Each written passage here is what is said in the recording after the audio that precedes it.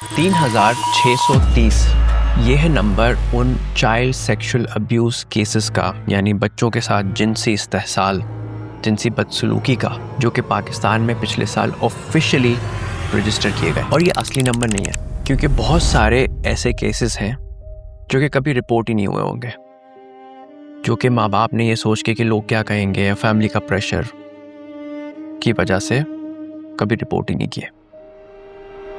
तो असली नंबर कहीं ज़्यादा बड़ा होगा इससे।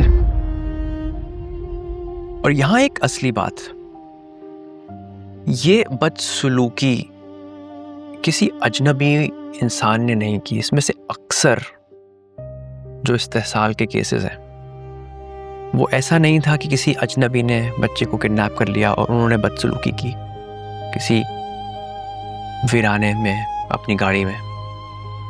ये बदसलूकियाँ उन लोगों ने की जो कि फैमिली के, माँ बाप के भरोसे के लोग थे। ये कोई ड्राइवर था जो कि जिसको फैमिली 10 साल से जानती थी। ये कोई ट्यूशन टीचर था। ये कोई रिश्तेदार था जो कि जब ईद पे आपके घर आता था तो आपके बच्चों का फ़र्ज़ था उनको छप्पी डालना। अगर आप अपनी पेरेंटिंग की प्लेबुक उठाते हैं तो हम बच्चों को बताते हैं कि स्ट्रेंजर डेंजर, अजनबी जहाँ पे है वहाँ पे ख़तरा है। सही बात है, अजनबियों से बच्चों को बचना चाहिए, पर यह सिर्फ एक 10% मसला है कि आपने उनको 10% मसले से तो बचा दिया, बट वो जो 90% लोग हैं जिनके लिए आपने अपना घर का दरवाज़ा खोल दिया है, उनसे आपने बच्चों को कैसे बचाएंगे? और ये एक मसला है, इसके बारे में बात करते हैं आज की वीडियो में। आज हम एक टूल के बारे में बात कर रहे हैं जिसको हम अंग्रेजी के लफ्ज़ बैंड्स कहेंगे। ये टूल यूके में एक ऑर्गेनाइजेशन है जो कि चाइल्ड प्रोटेक्शन के ऊपर काम करती है, उन्होंने बनाया है, और दुनिया के सारे चाइल्ड प्रोटेक्शन एक्सपर्ट्स इसको इस्तेमाल करते हैं, क्योंकि ये टूल एक 3 साल के बच्चे को ये सिखा सकता है कि तुम्हें अपनी बॉडी की हिफाजत कैसे करनी है, बग़ैर ऐसे अल्फाजों को कहे, बग़ैर ऐसी लैंग्वेज इस्तेमाल किए जो कि शायद माँ बाप होते हुए आपके लिए मुश्किल है अपने बच्चे से इस्तेमाल करना, या उस बच्चे के लिए मुश्किल है उस लैंग्वेज को इस्तेमाल करना।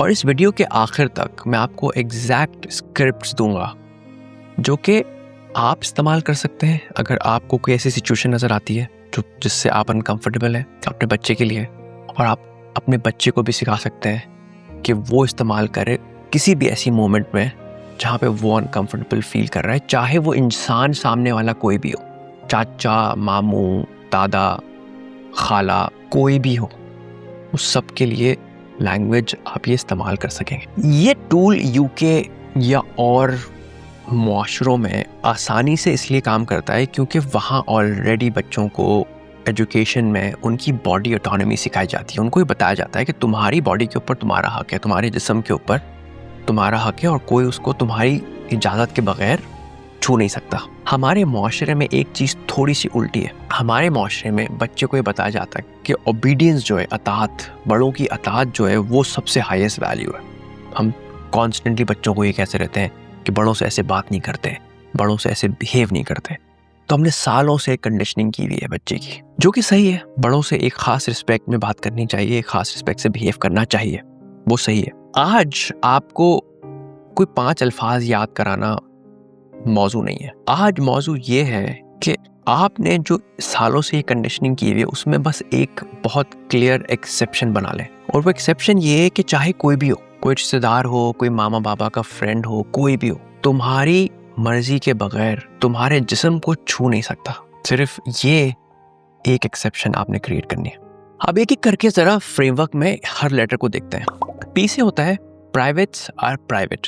जब बच्चा 3 से 5 साल की एज में हो तो हम उनके प्राइवेट पार्ट्स, उनकी बॉडी पार्ट्स के बहुत ही अजीब अजीब से, कभी क्यूटनेस में नाम बना देते हैं, क्योंकि हम एग्जैक्ट नाम इस्तेमाल करने से या तो कतराते हैं या वो हमें अनकंफर्टेबल कर देते हैं। बट इस एज में बहुत ज़रूरी है कि आप बच्चे को एग्जैक्ट बॉडी पार्ट्स के नाम सिखाएं, जो कि एनाटॉमिकल नेम्स है। वो इसलिए जरूरी है क्योंकि अगर कुछ होता है उस बच्चे के साथ तो वो रिपोर्ट कैसे करेगा? उसको पता ही नहीं है वो नाम, उसको पता ही नहीं है कि उसे क्या अल्फाज इस्तेमाल करके वो चीज़ रिपोर्ट करनी है, और इस वजह से रिपोर्टिंग में गैप्स आ जाते हैं। तो आपको वो अपने बच्चे को सिखाना बहुत ज़रूरी है। अगर आप एक आम सी स्क्रिप्ट इस्तेमाल करना चाहते हैं अपने बच्चे को ये एहसास दिलाने के लिए कि तुम्हारे प्राइवेट पार्ट्स सिर्फ तुम्हारे हैं, तो आप कुछ ऐसा कह सकते हैं। आप कह सकते हैं कि ये जो तुम्हारा स्विम सूट या तुम्हारा अंडरवेयर कवर करता है, ये सिर्फ तुम्हारे पार्ट्स है, ये सिर्फ तुम्हारा है। चाहे कोई भी हो,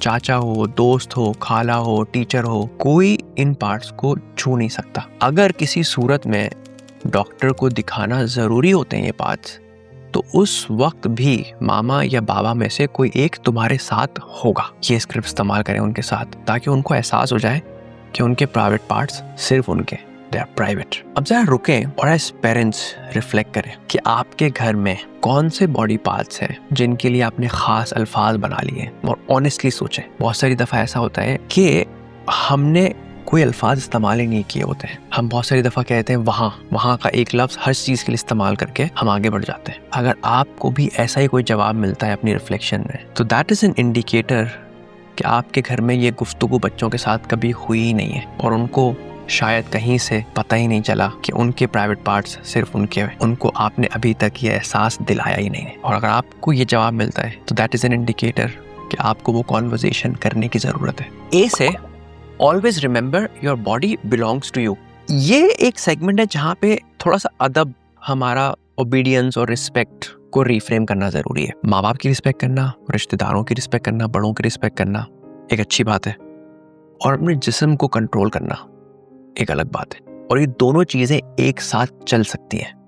आपने अपने बच्चे को सिखाना है कि ये दोनों एक वक्त में सही हो सकते हैं। इस सिचुएशन में जो आप स्क्रिप्ट इस्तेमाल करेंगे वो कुछ ऐसी होगी। आप अपने बच्चे से बात करेंगे, आप कहेंगे कि मामा बाबा की रिस्पेक्ट करना, उनको सलाम करना, उनको इज्जत देना, ये सब जरूरी है, बट तुम्हारा जिस्म सिर्फ तुम्हारा है। तुम किसी को फोर्स नहीं करो कि वो तुम उससे गले लगो या तुम उनको किस करो, और कोई तुम्हें फोर्स नहीं करेगा। सबसे पहले आप खुद से शुरुआत करें। आप उनको बताएं कि मामा बाबा भी तुम्हें फोर्स नहीं करेंगे।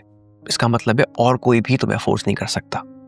Start with yourself. अब जरा एज पेरेंट्स रुकें और रिफ्लेक्ट करें कि आपकी फैमिली में कौन से ऐसे फिजिकल ग्रीटिंग्स के रिवाज है जो कि आपने लाजिम बना दिए कि बच्चों को गले लगना ही है रिश्तेदारों से, और रिश्तेदार आके उनको किस करेंगे ही, या कहीं पे हाथ चूमना होता है, कहीं पे पैर छूना होता है।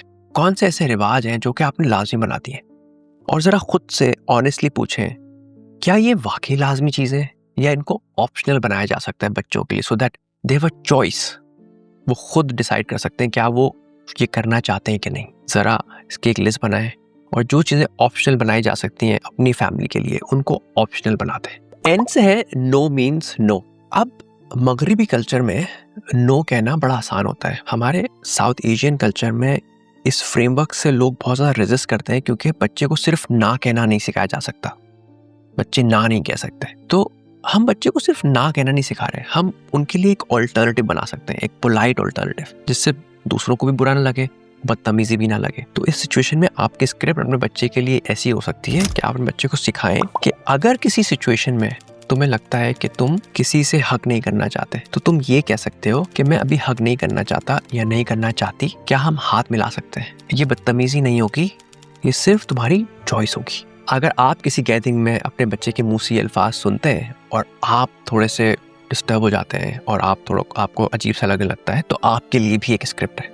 आपके लिए स्क्रिप्ट ये है कि आप उनको जो भी वहाँ पे हो रहा है उनको बताएं कि जी हम बच्चों को ये सिखा रहे हैं कि अपनी बॉडी की चॉइसेस खुद से करें, और स्कूल में भी यही सिखाया जा रहा है, तो वो बस वही प्रैक्टिस कर रहे हैं। अगर आप नोट करें तो ये एक बहुत ही डेवलपमेंटल किस्म की लाइन है। इसमें किसी के ऊपर इल्ज़ाम तराशी नहीं की जा रही, किसी को बॉदर नहीं किया जा रहा, गैदरिंग के अंदर कोई टेंशन नहीं क्रिएट हो रही। सो आप भी ये स्क्रिप्ट इस्तेमाल कर सकते हैं। अब ज़रा रुकें और ये जो स्क्रिप्ट है जो आपने कहनी है, अपने एक बंद कमरे के अंदर ज़रा इसे कुछ दफ़ा प्रैक्टिस कर लें। प्रैक्टिस करना इसलिए ज़रूरी है क्योंकि जब आप ये बात मौका है, जब आपको ये बात बोलनी हो, तो वो ज़रा स्मूथ लगे, ना कि डिफेंसिव लगे। आप डिफेंसिव हो रहे हैं, आप बच्चे की आपको लग रहा है कि कोई गलती हो गई है जिसको आप कवर करना चाह रहे हैं उस गैदरिंग में, ऐसा ना लगे। उससे बच्चे को भी कॉन्फिडेंस मिलेगा और उससे आप भी डिफेंसिव नहीं लगेंगे। तो जरा इस लाइन को प्रैक्टिस जरूर करें। टी से talk about secrets that upset you. बच्चे को ये सिखाना कि अच्छे सीक्रेट्स होते हैं और बुरे सीक्रेट्स भी होते हैं और उन दोनों में क्या फ़र्क है। इस सिचुएशन में आप ये स्क्रिप्ट इस्तेमाल करें बच्चे के साथ कि उन्हें बताएं कि अच्छे सीक्रेट वो होते हैं जो सबको खुश करें। जैसे कि कोई सरप्राइज बर्थडे पार्टी हो रही है तो ये थोड़ी सी देर के लिए सीक्रेट रहता है पर फिर सबको पता चल जाता है और सब बहुत खुश होते हैं। बुरे सीक्रेट वो होते हैं जो तुम्हारे पेट के अंदर एक अजीब सी फीलिंग क्रिएट कर रहे हैं, जिससे तुम्हें कोई बोझ फील हो रहा है, जिसमें कभी किसी बड़े ने तुम्हें कहा हो कि ये तुम मम्मी पापा को नहीं बताना, ये सिर्फ हमारे बीच का सीक्रेट है। तो इन सिचुएशंस में याद रखो कि अगर कोई बड़ा इंसान तुम्हें कहता है कि ये बात सिर्फ हमारे बीच का सीक्रेट है और ये मम्मी पापा को नहीं बतानी, तो वो बात लाजमी मम्मी पापा को बतानी है, चाहे वो इंसान कोई भी हो, कोई भी। ऐसे होता है speak up, someone can help. बच्चे को ये बताना कि अगर तुम बात करना चाहते हो तो तुम्हारे पास ये ट्रस्टेड लोग हैं। तो अपने बच्चे के साथ मिलकर 3 से 5 ट्रस्टेड लोगों की एक लिस्ट बनाएं, जिसमें सिर्फ मामा बाबा और रिश्तेदार ना हो, उसमें ऐसे लोग भी हों जो कि रिश्तेदारों से बाहर हैं, उनके टीचर्स हो सकते हैं, उनके कोचेस हो सकते हैं। एक ट्रस्टेड ग्रुप बनाएं जो कि बालिग लोगों का ग्रुप हो। उसमें यह है कि जब बच्चे को रिश्तेदारों के साथ, मामा बाबा के साथ कोई इशू होता है तो वो मामा बाबा के बारे में किससे बात कर सकते हैं, तो उनके पास ऐसा भी एक ग्रुप हो। वो ऐसे लोग हों जो कि आपके ट्रस्टेड हैं और उनके साथ बच्चा भी ट्रस्ट महसूस करता है। आपकी जिम्मेदारी ये है कि अपनी जिंदगी में एक वीकली कोई चेक इन रिचुअल बनाएं जहाँ पे आप बच्चे के साथ चेक कर सकें। फॉर एग्जाम्पल, मंडे की शाम में खाने के वक्त आप उनसे कैजुअली पूछते हैं कि क्या इस हफ्ते ऐसा कुछ हुआ जो तुम्हें अच्छा नहीं लगा। ज़रूरी बात यह है कि ये सिर्फ क्राइसिस की सिचुएशन पे ना पूछें आप सवाल उनसे। जब आपको लगता है कि कुछ हुआ है और आपको शक है कि कुछ हुआ है तो आपने ये सवाल पूछा, क्योंकि बच्चे को इस बात का एहसास हो जाएगा। उसको ये एहसास हो जाएगा कि ये सवाल उस वक्त आता है जब कुछ गलत हुआ होता है, बट ये सवाल कंसिस्टेंट होना चाहिए। आप हर हफ्ते ये सवाल पूछते हैं ताकि आपको स्टेटस पता रहे। तो इसलिए ये वीकली चेक इन बड़ा ज़रूरी है। बच्चे से पूछना कि इस हफ्ते कुछ ऐसा हुआ जो तुम्हें अच्छा नहीं लगा। अपने बच्चे को अपने जिस्म को प्रोटेक्ट करने से आप कोई अपना फैमिली की इज्जत के खिलाफ नहीं जा रहे।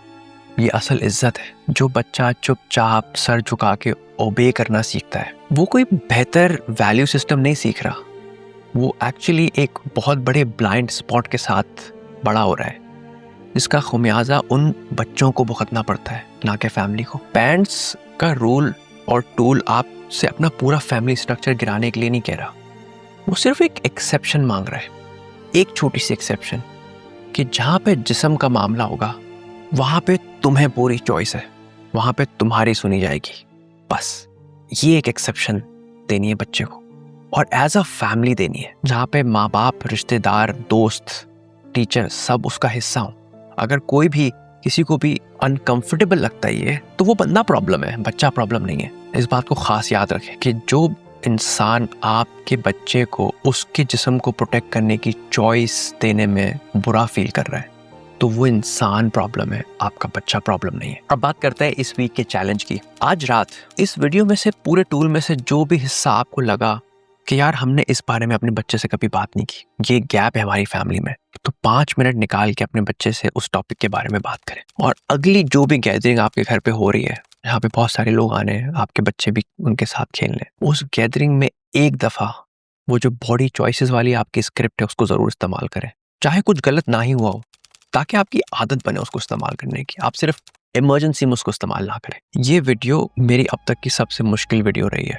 एज अ फादर मुझे लगता है कि ये मेरी सबसे ज़रूरी वीडियो भी रही है। मेरे लिए बहुत ज़रूरी था इस वीडियो को बनाना, ताकि हम एज पेरेंट्स अपने बच्चों के मुहाफिज बने और उनको भी सिखाएं कि उनको अपने जिस्म की हिफाजत कैसे करनी है। तो इस उम्मीद के साथ कि आप इस पेंस के फ्रेमवर्क को अपनी ज़िंदगी में अपने बच्चों को सिखाने के लिए इस्तेमाल करेंगे। अपना ख्याल रखिएगा, फिर मिलते हैं इंशाल्लाह।